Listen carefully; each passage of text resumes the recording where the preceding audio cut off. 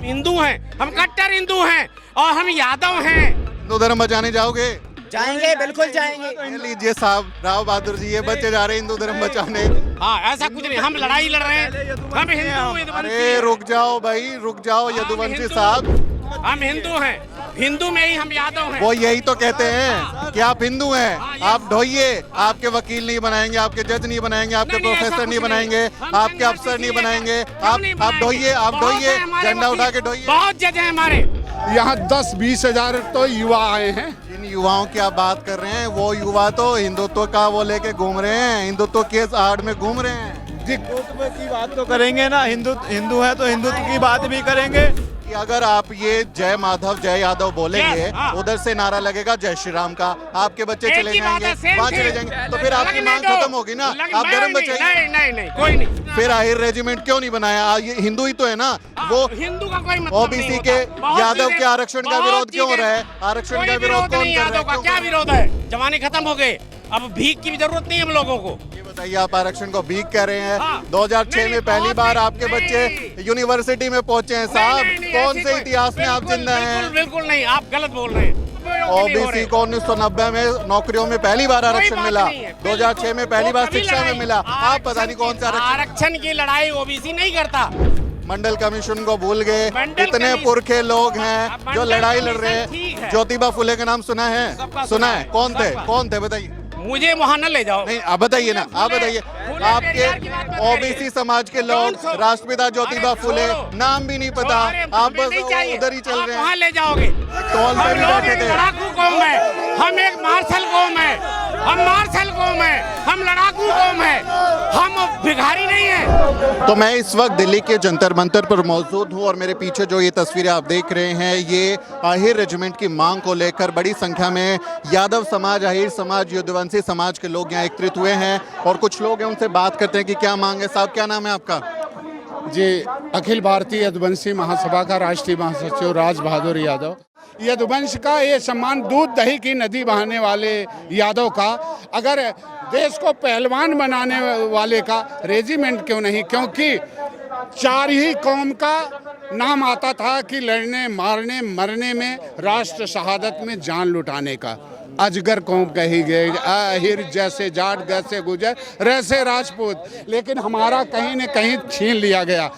इनसे दोनों चीज़ छीन ली गई, हल हथियार दोनों, क्योंकि हल गया, हथियार गया, रोजगार भी अहिरों से छीन लिया गया। अब किस पर घमंड कर रही है? इतने दिनों से मांग कर रहे हैं, कोई सुन तो नहीं रहा आपकी बात? देखिए, सुनती तो सरकार, रोने ऐसा है, बच्चा दिन भर सोता रहे तो माँ को भी याद नहीं लगता कि बच्चा भूखा है। जब तक वो रोता नहीं, माँ दूध भी नहीं पिलाती। इसलिए यदुवंश अभी बिखरा हुआ था, उसी को समेटने का काम किया गया। आप जिस यदुवंश को समेटने की बात कर रहे हैं साहब राव बहादुर जी, आपके यूपी में ही यदुवंशियों को हिंदुत्व की छवि में लपेटकर मार्शल कौम और राजे रजवाड़ों की कौम और ये जो उपमा दी गई हैं, ये उस इतिहास में घुमा के हिंदुत्व के नीचे लाया गया है। वो आपके बच्चे तो कहीं और निकल जाएंगे।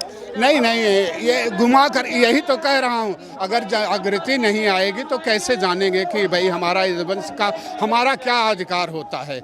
हमारे अधिकार से ही तो वंचित किया जाता है।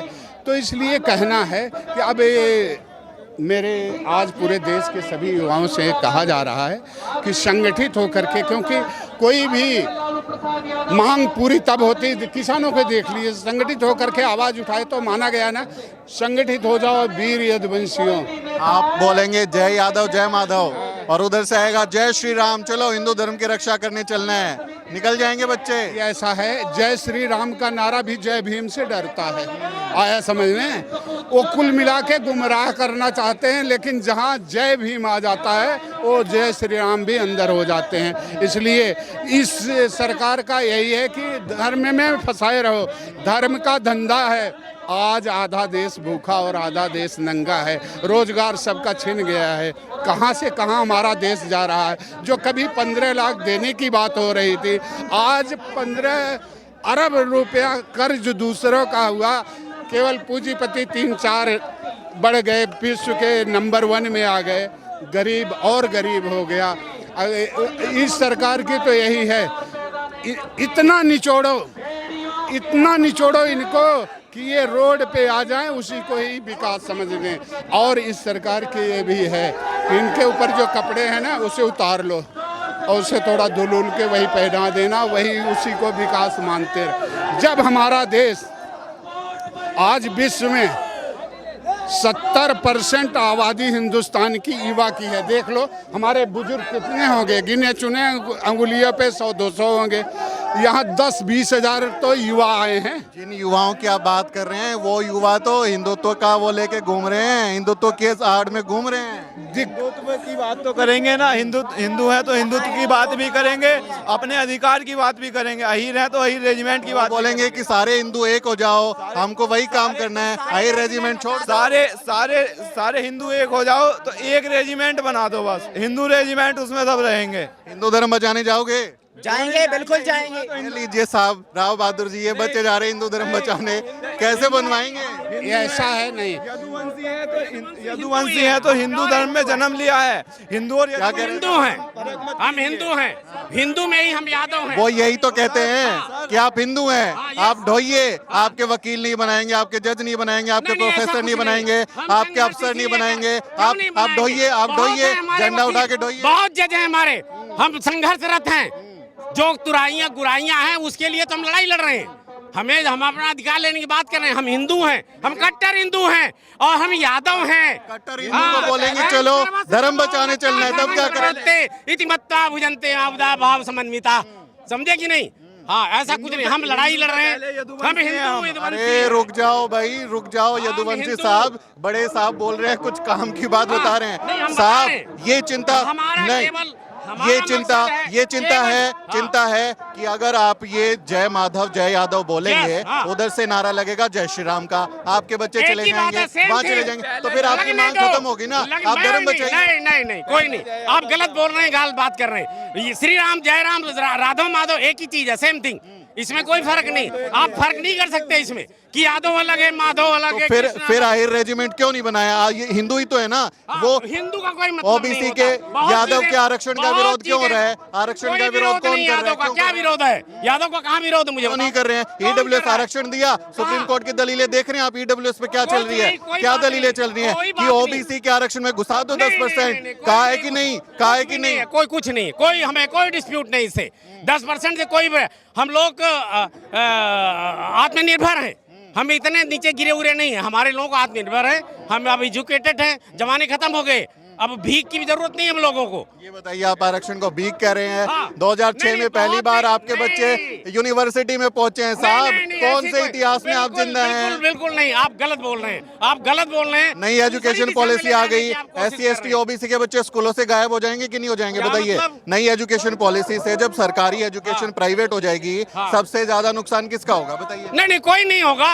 इतनी योग्यता, आज इतने साल 70 साल आरक्षण लेते, 20 साल तो क्यों नहीं योग्य क्यों नहीं हो रहे? क्यों आप ओबीसी को 1990 में नौकरियों में पहली बार आरक्षण मिला, 2006 में पहली बार शिक्षा में मिला। आप पता नहीं कौन सा आरक्षण की लड़ाई ओबीसी नहीं करता, आरक्षण की नहीं लड़ता है कभी भी। वो लड़ाई मुझे कभी बताइए कोई एजिटेशन किया कि मुझे आरक्षण दो? आरक्षक संघ को भूल गए आप, मंडल कमीशन को भूल गए। इतने पुरखे लोग हैं जो लड़ाई लड़ रहे हैं। ज्योतिबा फुले का नाम सुना है? सुना है? कौन थे बताइए? मुझे वहाँ न ले जाओ। नहीं, आप बताइए ना, आप बताइए।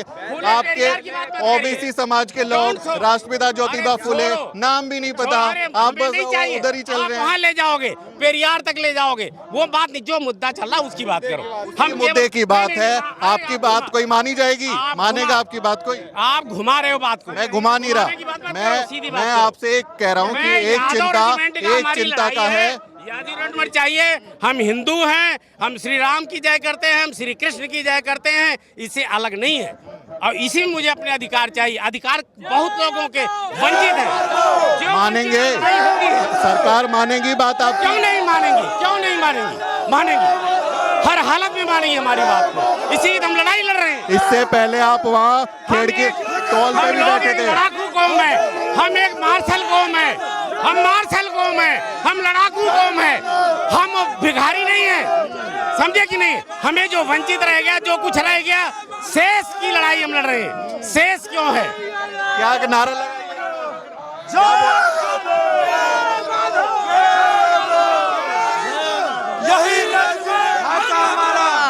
रेजिमेंट हक है हमारा। तो इस आहिर रेजिमेंट हक हमारा के नारे के साथ यहाँ दिल्ली के जंतर मंतर पर यादव समाज के लोग आहिर रेजिमेंट की मांग करते हुए, लेकिन साथ में हिंदुत्व का भी पताका उठाना है और ये कहना है कि हमें उस पर भी फ्रंट पे लड़ना है और ये भी लड़ना है। इस पूरी डिबेट पर जो बातचीत वक्ताओं ने किया उस पर आप क्या सोचते हैं कमेंट करके जरूर बताएं और हमारे चैनल को भी जरूर सब्सक्राइब करें। अगले किसी वीडियो में मुलाकात होगी दोस्तों।